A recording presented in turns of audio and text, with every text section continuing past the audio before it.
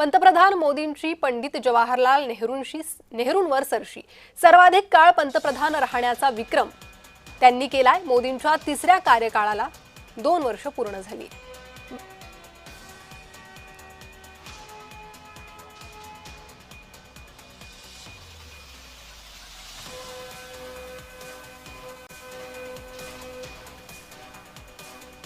तर त्यासाठी दिल्लीत बैठक घेण्यात आलेली आहे, एनडीएची बैठक, आणि त्याचीच ही थेट दृश्य आपण पाहतोय। पंतप्रधान नरेंद्र मोदींचं एनडीएतील नेत्यांकडून स्वागत करण्यात आलेलं आहे। त्यांच्या शुभेच्छा देत, पुष्पगुच्छ देत त्यांचं स्वागत करण्यात आलेलं आहे।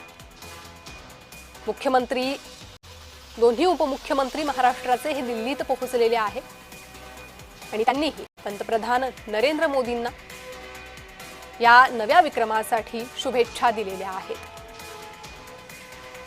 पंतप्रधान नरेंद्र मोदी यांनी स्वतंत्र भारतातील सर्वाधिक काळ पंतप्रधान राहण्याचा नवा विक्रम प्रस्थापित केलेला आहे आणि त्याच पार्श्वभूमीवर आज एनडीएची दिल्लीत बैठक आयोजित करण्यात आली। बैठकीला एनडीएचे सर्व महत्त्वाचे नेते उपस्थित आहेत आणि या सर्व नेत्यांनी पंतप्रधान नरेंद्र मोदी यांना शुभेच्छा दिलेल्या आहेत।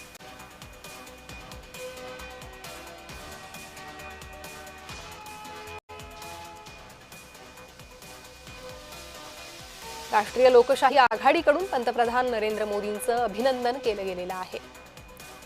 त्याच वेळची ही थेट दृश्य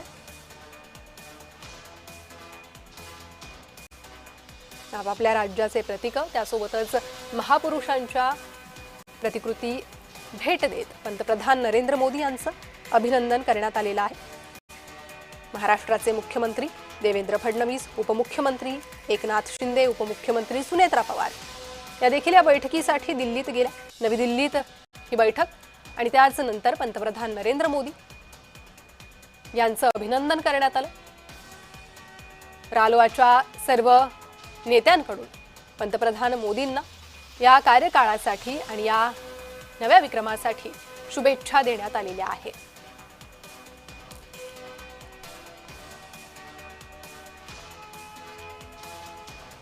स्वतंत्र भारतातील सर्वाधिक काळ राहणारे पंतप्रधान असा नवा विक्रम प्रस्थापित केलेला आहे पंतप्रधान नरेंद्र मोदी यांनी, आणि त्यामुळेच एनडीएची ही बैठक आयोजित करण्यात आली। बैठकीच्या पार्श्वभूमीवर रालोआचे सर्व वरिष्ठ नेते हे दिल्लीत पोहोचले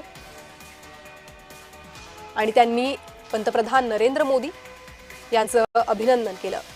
मोदी सरकारनं केंद्रातील यशस्वी 12 वर्षांचा कार्यकाळ पूर्ण केला, त्यामुळे विशेष गौरव आणि आनंदोत्सव साजरा केला जातोय। या बैठकीला देशभरातील एनडीएचे घटक पक्ष आणि त्याचे प्रमुख नेते उपस्थित आहेत। जवळपास 75हून अधिक वरिष्ठ नेते, मुख्यमंत्री, उपमुख्यमंत्री या बैठकीला हजर आहे आणि त्या प्रत्येकाने पंतप्रधान नरेंद्र मोदी यांचं अभिनंदन केलं। महाराष्ट्राचे मुख्यमंत्री, उपमुख्यमंत्री हे देखील या बैठकीला उपस्थित आहेत। एनडीएच्या या बैठकी दरम्यानचीच ही दृश्य समोर आलेली आहे। पंतप्रधान नरेंद्र मोदी यांनी भारताचे पहिले पंतप्रधान जवाहरलाल नेहरू यांचा सर्वाधिक कार्यकाळाचा विक्रम मोडला आणि त्या ऐतिहासिक कामगिरीचं कौतुक करणारा हा क्षण। एनडीएची त्याच पार्श्वभूमीवर ही बैठक।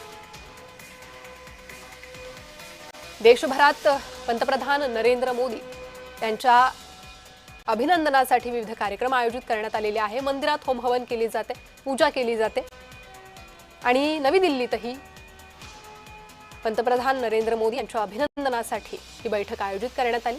त्यांचं वरिष्ठ नेत्यांकडून अभिनंदन करण्यात येत आहे।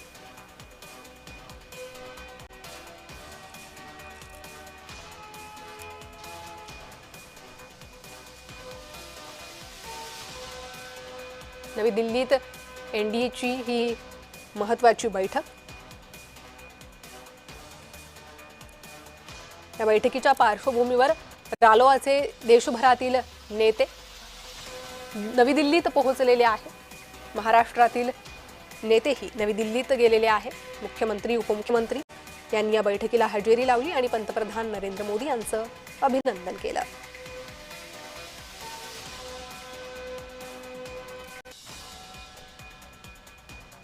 ही बैठक एनडीएची ताकद दाखवण्यासाठीही बोलली जाते। त्यासोबतच पंतप्रधान नरेंद्र मोदी यांच्या नेतृत्वाखालील सरकारच्या पुढील रणनीतीबाबतही ही बैठक बोलली जाते।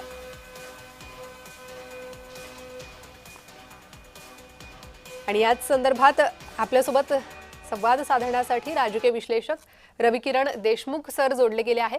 रविकिरणजी, जय महाराष्ट्र मध्ये आपलं स्वागत। कसं पाहतायत एनडीएच्या या बैठकीकडे, त्यासोबतच केंद्रातील यशस्वी 12 वर्षांचा कार्यकाळ पूर्ण करणाऱ्या पंतप्रधान नरेंद्र मोदी आणि भाजपच्या या कामगिरीकडे? अगदी म्हणजे सुरुवातीपासून जर सांगायचं झालं तर 2014च्या देशामध्ये एक वेगळंच वातावरण होतं। भारतीय जनता पार्टी प्रमुख विरोधी पक्ष म्हणून सत्तेवर येण्यासाठी आटोकाट प्रयत्न करत होता, परंतु त्यांच्याकडे पंतप्रधान पदाचा उमेदवार ठरत नव्हता। गोव्यामध्ये राष्ट्रीय कार्यकारिणीची बैठक झाली आणि त्या बैठकीमध्ये नरेंद्र मोदी यांची पुढील पंतप्रधान पदाची उमेदवार म्हणून निवड झाली आणि त्यानंतर त्यांनी झंझावाती निवडणुकीला साधारणपणे वर्ष किंवा 8 महिने असतील त्या काळातच त्यांचे झंझावाती दौरे देशभर सुरू झाले। त्यांनी गुजरातचे मुख्यमंत्री म्हणून बजावलेल्या कामगिरीचा फायदा घेतला। देशभर एक प्रतिमा होती, गुजरातचे मुख्यमंत्री फार कार्यक्षम आहेत, खूप चांगले कार्यक्रम देतात जनतेला, गुजरातची भरभराट होती आहे, प्रगती होती आहे।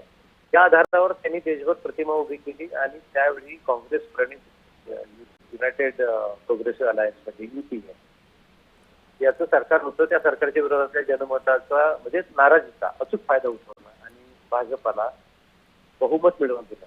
तो एक चमत्कारच होता, म्हणजे 2 पासून 272 अशा त्या जागा होत्या आणि पाहता पाहता 5 वर्ष त्यांनी अनेक कार्यक्रम दिले देशाला।